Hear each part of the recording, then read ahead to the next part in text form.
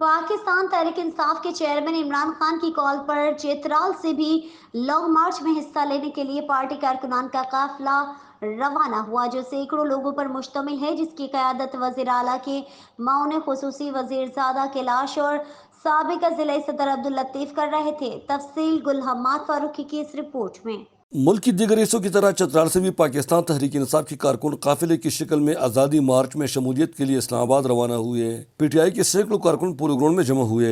यहाँ पार्टी के कारकुनों से अक़लियती उमूर पर वज़ीर आला खैबर पख्तूनख्वा के मामून ख़ुसूसी वज़ीरज़ादा कैलाश और साबिक़ा ज़िला सदर अब्दुल लतीफ़ ने आज़ार ख्याल भी किया। पार्टी की सीनियर रहनुमा अब्दुल लतीफ़ ने मीडिया से बातें करते हुए इस मार्च की अराज़ व मक़ासद बयान किए। और इस नाजायज़ हुक्मरानी के खिलाफ हम निकल पड़े हैं, पूरा पाकिस्तान निकल पड़ा है।